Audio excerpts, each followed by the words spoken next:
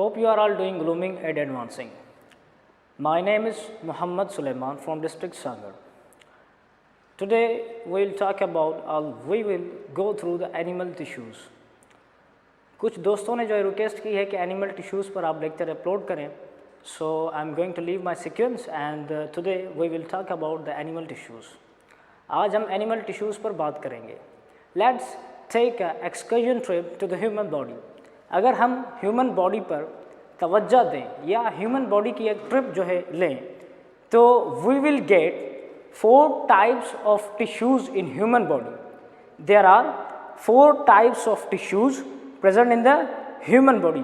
4 किस्म के जो है एनिमल टिश्यूज़ जो है वो मौजूद होते हैं ह्यूमन बॉडी में या एनिमल बॉडी में. तो पहले नंबर पर जो टिश्यू आता है उसको हम कहते हैं एपिथेलियल टिश्यू. Epithelial tissue. और दूसरे नंबर पर जो टिश्यू आता है उसको हम कहते हैं कनेक्टिव टिश्यू. और तीसरे नंबर पर जो टिश्यू आता है उसको हम कहते हैं नर्व टिश्यू. और जो चौथे नंबर पर जो टिश्यू आता है उसको हम कहते हैं मसल टिश्यू. तो there are 4 types of tissues present in the animal body. तो पहले नंबर पर आता है एपिथेलियल टिश्यू. तो हम पहले एपिथेलियल टिश्यू पर ही बात करेंगे. तो पहले हम एपिथेलियल टिश्यू पर ही बात करेंगे. तो if we talk about epithelial tissue, if we talk about the epithelial tissue, अगर हम एपिथेलियल टिश्यू पर बात करें तो क्या होता है कि टिश्यूज़ जो है उसको कैटेगराइज किया जाता है 2 टाइप्स में. टिश्यूज़ को कैटेगराइज किया जाता है 2 टिश्यूज़ में. एक होता है सिंपल और दूसरा होता है स्ट्रेटिफाइड टिश्यू. पहले मैं इसको मिटा दूं. हम सिर्फ बात करेंगे एपिथेलियल टिश्यू पर. सो अगर हम एपिथेलियल टिश्यू पर बात करें तो टिश्यूज़ को उसके लेयर्स ऑफ सेल की वजह से 2 टाइप्स में डिवाइड किया जाता है. एक होता है सिंपल और दूसरा होता है स्ट्रेटिफाइड टिश्यू. अगर हम सिंपल टिश्यू की बात करें, सिंपल टिश्यू, तो वो टिश्यू जिसमें ओनली 1 लेयर ऑफ सेल्स मौजूद हो. Tissue contain only 1 layer of cell, then this type of tissue is known as simple tissue.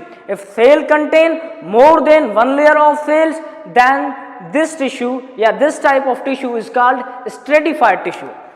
Stratified tissue वो होता है जिसमें एक से ज़्यादा जो है वो सेल की लेयर्स मौजूद हों. सिंपल टिश्यू में ओनली 1 लेयर ऑफ सेल्स मौजूद होती है और स्ट्रेटिफाइड में more than 1 layer of cell, more than 1 layer of cell जो है वो मौजूद होती है. More than 1 layer of cell तो मौजूद होती हैं, लेकिन क्या होता है कि more than 1 layer of cell क्यों मौजूद होती हैं? जो प्रीवियस सेल की लेयर होती है वो क्या हो जाता है? डेड हो जाती है. The layer of cell dead. Previous जो लेयर ऑफ सेल होती है इसमें वो डेड हो जाती है, इसलिए नई जो है वो लेयर ऑफ सेल्स जो है वो बन जाती है. जो डेड हो गई लेयर ऑफ सेल, उसके ऊपर क्या हो जाता है? क्रेटिनाइज सेल आ जाते हैं. क्या आ जाते हैं? क्रेटिनाइज सेल.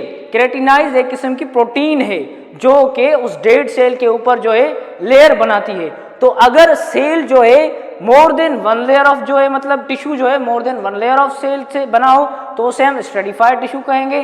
अगर tissue only 1 layer of cell से बना हो तो उसे हम सिंपल टिश्यू कहते हैं. तो अगर हम बात करें एपिथेलियल की कैटेगरी, एपिथेलियल के पार्ट्स या एपिथेलियल के types, then there are 3 types of epithelial tissue. Epithelial tissue के 3 टाइप्स होते हैं. अगर हम पहले नंबर पर बात करें तो आता है स्क्वेमस, स्क्वेमस एपिथेलियम. दूसरे नंबर पर बात करें तो आता है क्यूबिडोइल एपिथेलियम, क्यूबिडोइल एपिथेलियम.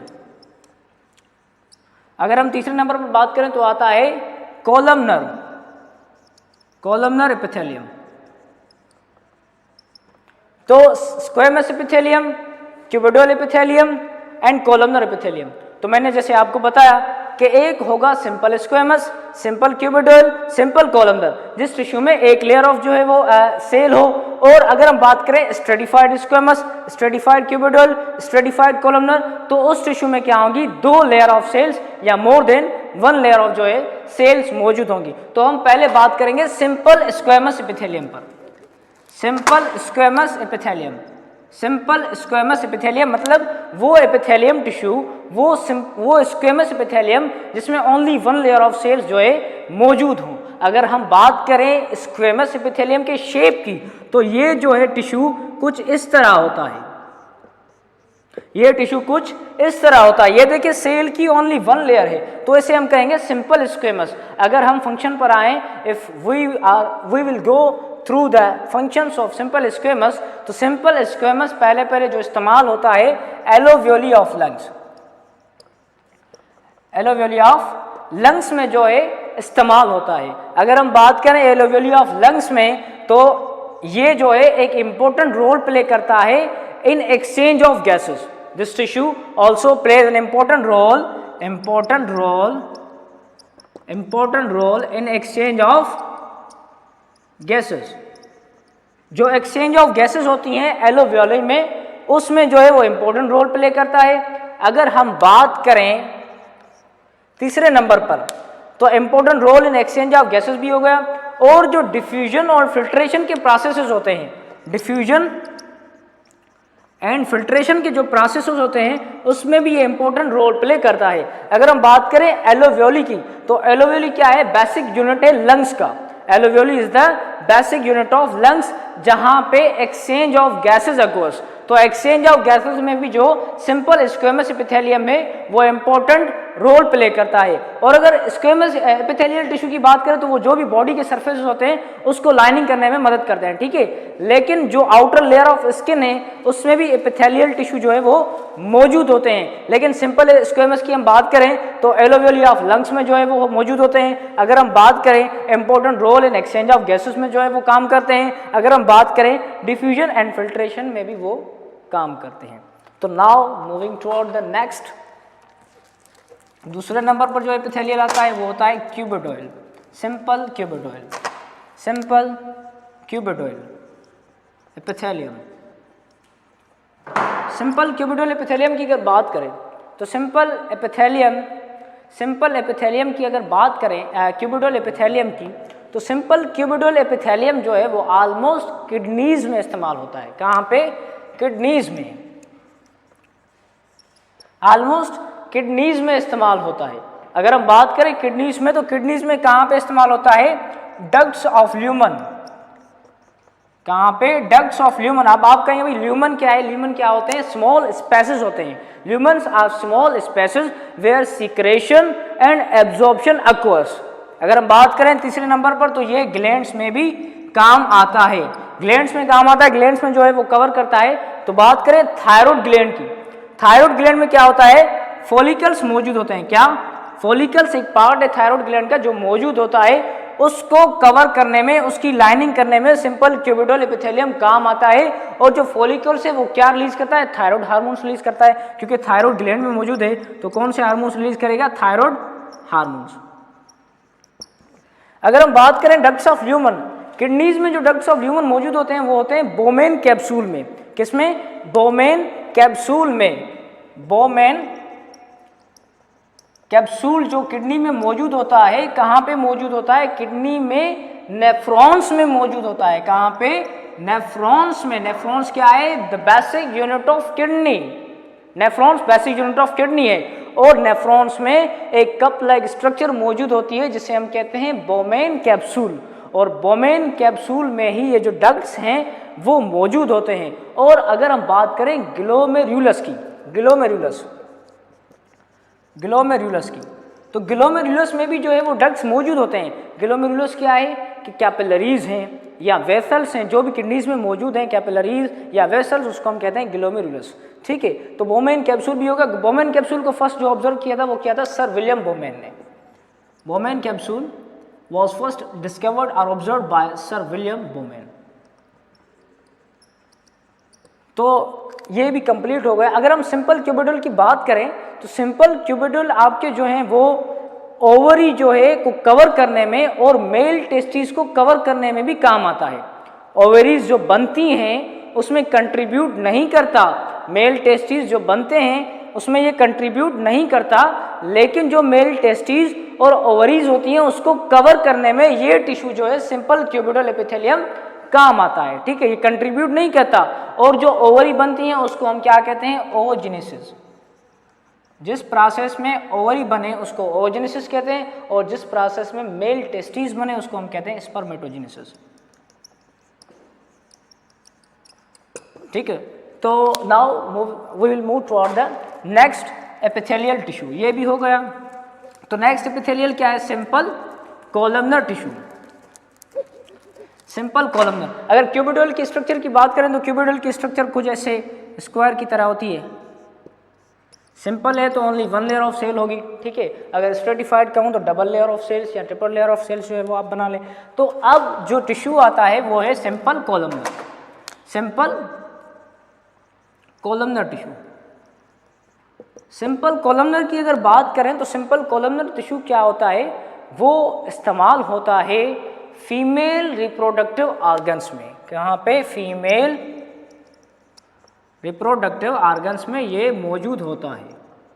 और अगर बात करें फीमेल रिप्रोडक्टिव ऑर्गन्स में भी मौजूद होता है, लेकिन डाइजेस्टिव ट्रैक्ट में भी मौजूद होता है। Digestive tract, oesophagus to rectum, oesophagus to rectum जो है ये टिश्यू सिंपल कॉलमनर मौजूद होता है। इसकी स्ट्रक्चर की बात करें तो ये कुछ ऐसे कॉलम की तरह होते हैं।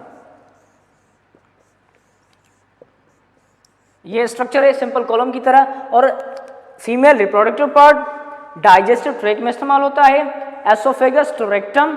और अगर बात करें ये जो सिंपल कॉलमनर टिश्यू है वो म्यूसिन्स को बनाता है, या म्यूकिन्स कहें या म्यूसिन्स कहें, म्यूकिन्स को बनाता है। और जो म्यूकिन्स हैं वो बनाते हैं म्यूकस। अगर आप कहेंगे अब कि म्यूकस क्या है, म्यूकस एक प्रोटीन लेयर है जो कि स्टोमक के ऊपर है।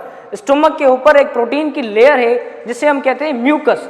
अब आप कहेंगे इस म्यूकस का काम क्या है, अगर आप स्टोमक में देखें तो सब कहते हैं स्टोमक में HCl रिलीज होता है। HCl रिलीज तो होता है लेकिन वो प्योर HCl नहीं होता। HCl बहुत खतरनाक एसिड है, वो प्योर एसिड नहीं होता। लेकिन जो एसिड रिलीज होता है जाहिर सी बात है उसमें असर तो होगा, तो वो वॉल्स ऑफ स्टोमक को भी डैमेज कर सकता है। इसलिए ये एक protective layer around the stomach बनती है जिसे हम कहते हैं म्यूकस, जो कि स्टोमक को HCl से प्रोटेक्ट करती है। और ये किस तरीके से बनती है, कॉलमनर टिश्यू से म्यूसिन्स बनता है और म्यूसिन्स से म्यूकस लेयर ऑफ स्टोमक बन जाती है। तो now moving toward the next. अब मैंने आपको जो है वो काफ़ी जो है बता दिया, किडनीज़ में भी काम आता है, रिप्रोडक्टिव सिस्टम में भी काम आता है, किडनीज़ में भी काम आता है। तो वो एपिथेलियल टिश्यू जो कि रिप्रोडक्टिव ऑर्गन्स में काम आए और बकल कैविटीज़ में काम आए और हार्ट के अराउंड काम आए, तो उस एपिथेलियल टिश्यू को हम कहते हैं मीजोथेलियम। क्या कहते हैं, मीजोथेलियम।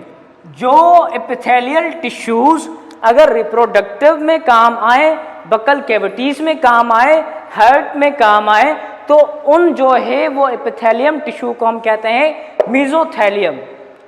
और वो टिश्यूज जो कि ब्लड वेसल्स में काम आए, लिम्फेटिक वेसल्स में काम आए, उन एपिथेलियम टिश्यूज को हम कहते हैं एंडोथेलियम। एंडोथेलियम कहाँ पे, ब्लड वेसल्स या जो है कैपिलरीज या लिम्फेटिक वेसल्स में जो टिश्यूज काम आते हैं वो एंडोथेलियम कहलाते हैं। और जो है रिप्रोडक्टिव बकल कैविटीज हार्ट में जो काम आए उसको हम क्या कहते हैं, मीजोथेलियम। और मीजोथेलियम जो है वो कहाँ से ओरिजिनेट होता है, मीजोथेलियम ओरिजिनेट होता है मीजोडर्म से। मीजोथेलियम ओरिजिनेट होता है मीजोडर्म से। अगर हम बात करें मीजोथेलियम की, तो मीजोडर्म से जो है वो ओरिजिनेट होता है। तो मीजोथेलियम भी हो गया, एंडोथेलियम भी हो गया। लेकिन हम बात करें एपिथेलियम टिश्यू की, तो एपिथेलियम टिश्यू को हम पेवमेंट एपिथेलियम भी कहते हैं। पेवमेंट एपिथेलियम, एपिथेलियल टिश्यू का दूसरा नाम क्या है, पेवमेंट एपिथेलियम। क्या, पेवमेंट एपिथेलियम। पेवमेंट एपिथेलियम क्यों कहा जाता है, क्योंकि इसकी जो ब्रिक्स हैं या टाइल्स हैं उसकी स्ट्रक्चर के हिसाब से इसको पेवमेंट एपिथेलियम भी कहा जाता है। तो हमने पढ़ लिया